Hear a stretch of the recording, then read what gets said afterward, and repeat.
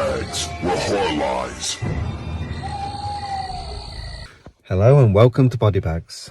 My name is James and I'm your Sunday night reviewer.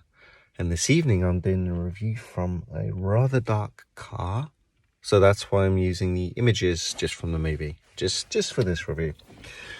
So the movie itself is The Belko Experiment by Greg McLean.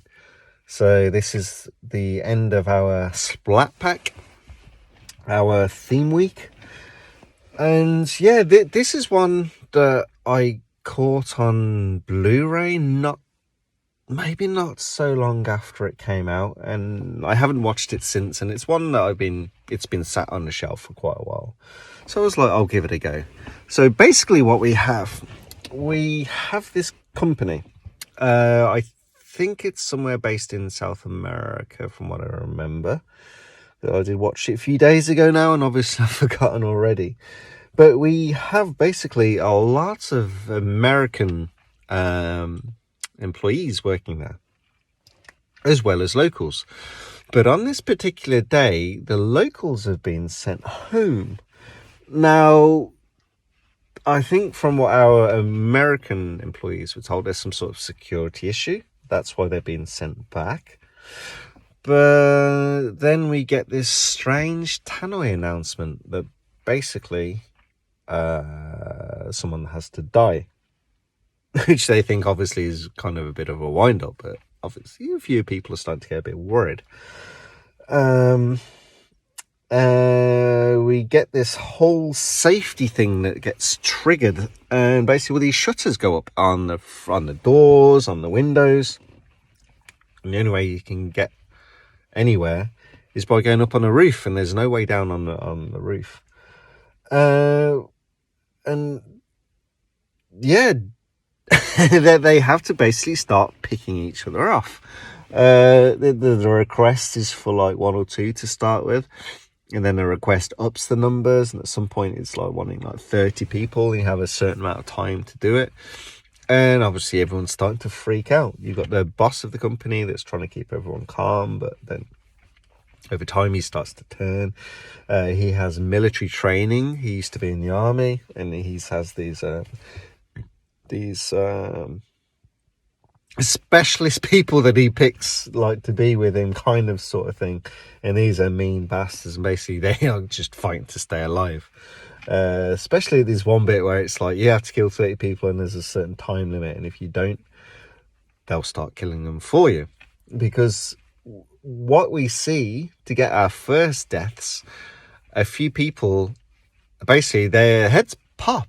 Now, a few people are thinking that they're being shot and they're diving for cover, but they soon realise when they look at the bodies that it's an outward explosion.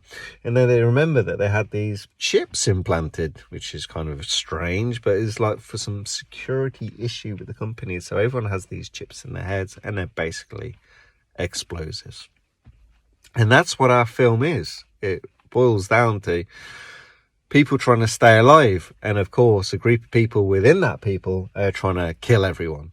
And there's our movie. It's pretty simplistic. I would have hoped for a little bit more. They try to give us a little bit of backstory towards the end, kind of, but then we do see that this is happening. This particular company is a global one, and they're triggering all of this test or whatever this thing is to happen around the same time. This huge human experiment, this huge Belko experiment. And so it's one that stays alive, and then you've seen at the end that's the end of stage 1. Stage 2 commence. I mean, the characters are pretty basic in this movie. You get your normal kind of characters. You get our kind of non-hero hero who's like just a good guy who's hooking up with this girl. You have stoner guys, you have super nice old people, you have these bastards hacking everyone down, sort of thing. It's like I say, it's quite basic, the writing. The whole structure of the movie is pretty basic. It's a fun watch. Don't get me wrong, it's not like a terrible movie at all, but there isn't anything really to take out of it. You're like, wow, that's something really different.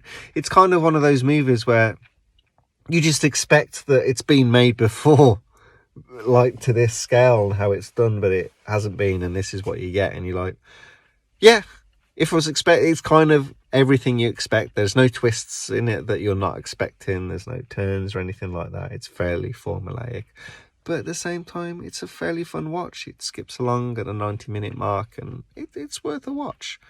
It's one of these Splat Pack directors, like that obviously the guys have been like filling in. We've been following all week, and yeah, he does a fairly kind of what you'd expect the studio would be happy with. He's kind of fulfilled a happy studio, and the people that watch this, I think people are pretty much like, yeah, that's all right, 6, 7 out of 10 sort of movie. It's entertaining, might watch it again, might not. But I don't think anyone's going to really hate on this movie that much, because I suppose the expectation with it isn't super high, and it's kind of like almost paint by numbers. It's kind of what you'd expect.